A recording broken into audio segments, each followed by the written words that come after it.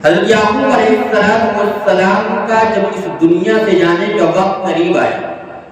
کیونکہ یہ دنیا ہے اور یہ دنیا فانی ہے، اس دنیا سے ہر انسان کو، ہر ذی روح کو، جس کے اندر جان ہے، اس کو فنا ہونا ہے۔ چونکہ حضرت یعقوب علیہ السلام بھی انسان تھے اور وہ اللہ تبارک و تعالیٰ کے برگزیدہ نبی تھے، جب ان کا دنیا سے جانے کا وقت قریب آیا، ان کنتم شہداء اذ حضر یعقوب الموت، جب حضرت یعقوب علیہ السلام کا دنیا سے جانے کا وقت قریب آیا تو انہوں نے اپنی اولاد کو بلایا، اپنے بیٹوں کو بلایا اور پوچھا ما تعبدون من بعدی، کہ تم عبادت کس کی کرو گے؟ آپ اندازہ کیجئے کہ حضرت یعقوب علیہ السلام نبی تھے، برگزیدہ نبی تھے، باپ حضرت اسحاق علیہ السلام وہ بھی نبی تھے، بیٹا حضرت یوسف علیہ السلام وہ بھی نبی تھے، دادا حضرت ابراہیم علیہ السلام وہ بھی نبی تھے۔ جب ان کا دنیا سے جانے کا وقت قریب آیا تو اپنی اولاد کو بلا کر کے پوچھ رہے ہیں کہ ما تعبدون من بعدی، تم عبادت کس کی کرو گے؟ تمہارا عقیدہ کیا ہوگا؟ لوگوں نے بیک زباں ہو کر کے فرمایا قالوا نعبد الہک و الہ آبائک، ہم تو آپ کے معبود، آپ کے آباء و اجداد کے معبود حضرت ابراہیم اور حضرت اسماعیل علیہ السلام کے خدا کی عبادت کریں گے، ونحن لہ مسلمون، اور ہم اسی کے فرما بردار ہیں۔ میری ماں اور بہنوں، ایک باپ جو ہوتا ہے، ایک ماں جو ہوتی ہے، وہ اپنی اولاد کے لیے پوری زندگی کھپا دیتی ہے، اپنی اولاد کے لیے پوری زندگی کھپا دیتی ہے کہ اس کا کاروبار ٹھیک ٹھاک ہو جائے، اس کی شادی بیاہ اچھے گھرانے میں، اچھے خاندان میں ہو، اس کا مکان جو ہو خوب بلند بالا ہو، خاندان کے اندر سب سے زیادہ عزت ہماری اولاد کی ہو۔ یہ تمام فکریں ایک ماں اور باپ کو اپنی اولاد کے معیشت کو صحیح کرنے میں گزر جاتی ہے۔ پوری زندگی جب تک ماں باپ اس دنیا کے اندر جیتا ہے، اس کی سانس چلتی ہے، آخری سانس تک اس کو یہی فکر ہوتی ہے کہ میری اولاد کی زندگی کسی طرح صحیح راستے پر چلی جائے۔ لیکن حضرت یعقوب علیہ السلام کا جب اس دنیا سے جانے کا وقت قریب آیا تو انہوں نے یہ فکر نہیں کی کہ تمہاری اولاد کیسی ہوگی، تمہارا کاروبار کیسا ہوگا، تمہارا خاندان کیسا ہوگا، تمہارا شادی بیاہ کہاں ہوگا، اس چیز کی فکر نہیں کی، بلکہ فکر یہ کی کہ تمہارا عقیدہ کیسا ہوگا، تمہارا عقیدہ کیسا ہوگا، تم ایک خدا کی عبادت کرو گے کہ نہیں کرو گے، تم اللہ کو ایک مانو گے کہ نہیں مانو گے۔ یہ حضرت یعقوب علیہ السلام کا دنیا سے جانے کے وقت اپنی اولاد کے بارے میں فکر تھی۔ آج کتنے ماں باپ ایسے ہیں جو اپنی اولاد کی فکر کر رہے ہیں؟ قرآن کریم کوئی قصے اور کہانی کی کتاب نہیں ہے، قرآن کریم کے اندر اللہ تبارک و تعالیٰ نے جتنے واقعات کو بیان کیا ہے وہ یا تو بطور نصیحت ہے یا تو بطور عبرت ہے۔ اللہ تبارک و تعالیٰ نے قوم لوط، قوم ثمود، قوم عاد کے واقعات کو بیان کر کے یہ اشارہ کر دیا کہ جس طرح قوم لوط نے، حضرت لوط علیہ السلام کی قوم نافرمانی میں مبتلا ہو گئی، گناہوں کے دلدل میں پھنس گئی، اپنے وقت کے نبیوں کو قتل کر دیا، اپنے خدا کی بات کو ماننے سے انکار کر دیا، ان کو جو کتاب دی گئی اس کتاب کو جلا کر کے خاک کر دیا، تو ان پر اللہ تبارک و تعالیٰ نے عذاب نازل کیا، اور ایسے عذاب نازل کیا کہ پوری کی پوری قوم تہس نہس ہو گئی۔ تو یہ واقعات ذکر کرنے کا مقصد اللہ تبارک و تعالیٰ کا یہ ہے کہ اس واقعے سے تم عبرت حاصل کرو کہ اگر تم بھی گناہ میں مبتلا ہو گئے، تمہاری اولادیں اگر گناہ میں مبتلا ہو گئی، تم بھی نافرمانیوں میں اتر آئے، تم بھی اگر خدا کا انکار کر بیٹھے، تم بھی اگر اپنے رسول کی نافرمانی پر اتر آئے، تمہارے اوپر بھی عذاب مسلط کر دیا جائے گا۔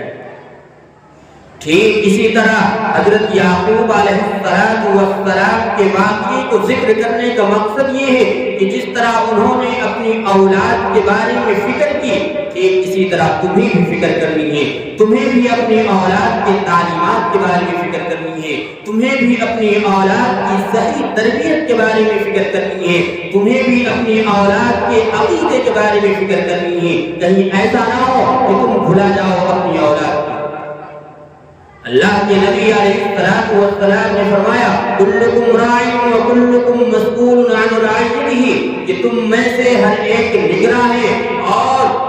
جو نگراں ہے اس کے ماتحت جو ہے، اس کے ماتحت میں جتنے افراد ہوں گے، کل میدان محشر میں اللہ تبارک و تعالیٰ کے سامنے جب حاضری ہوگی تو اس کے ماتحت کے بارے میں سوال کرے گا۔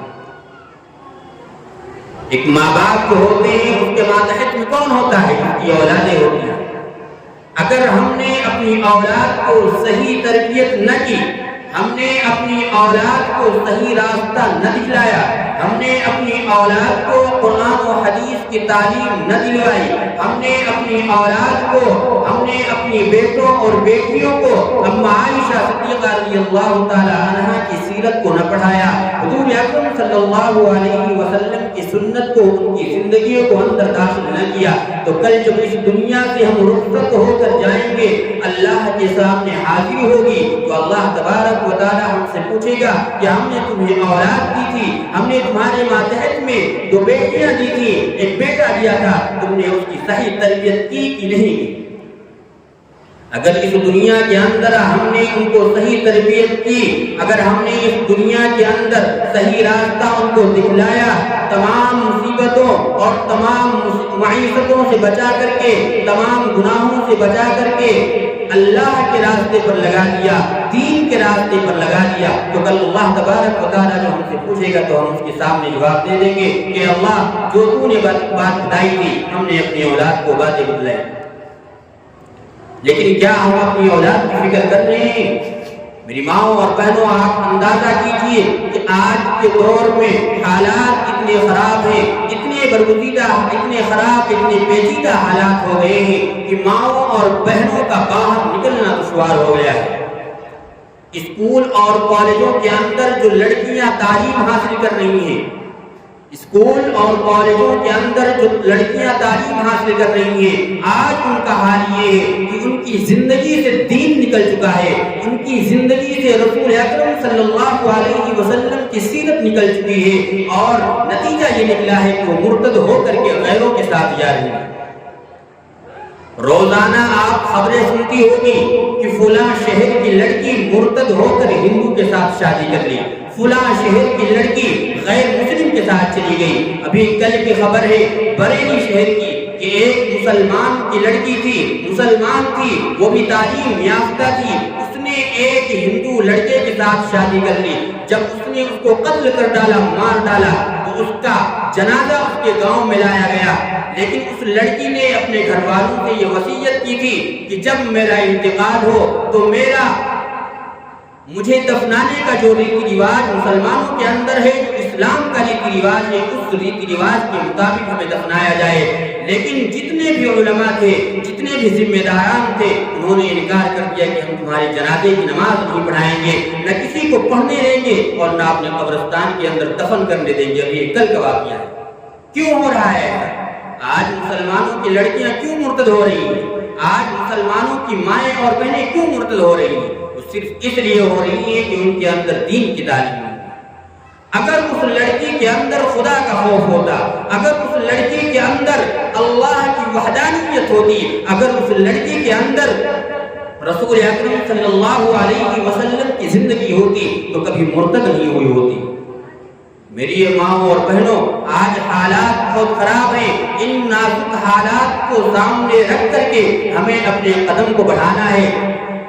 خاص طور سے ہمیں اپنی اولاد کی صحیح تربیت کرنی ہے۔ آپ جانتی ہیں کہ معاشرے کی بگاڑ جو پیدا ہوتی ہے وہ ایک عورت ہی سے ہوتی ہے، اور معاشرے کی جو سدھار ہوتی ہے وہ ایک عورت ہی سے ہوتی ہے۔ اگر عورت چاہ لے تو پورا معاشرہ، پورا خاندان، پورا گھرانہ صحیح راستے پر چل سکتا ہے۔ اگر عورت چاہ لے تو پورا خاندان، پورا گھرانہ، پورا معاشرہ تباہ اور برباد ہو سکتا ہے۔ کیوں؟ اس لیے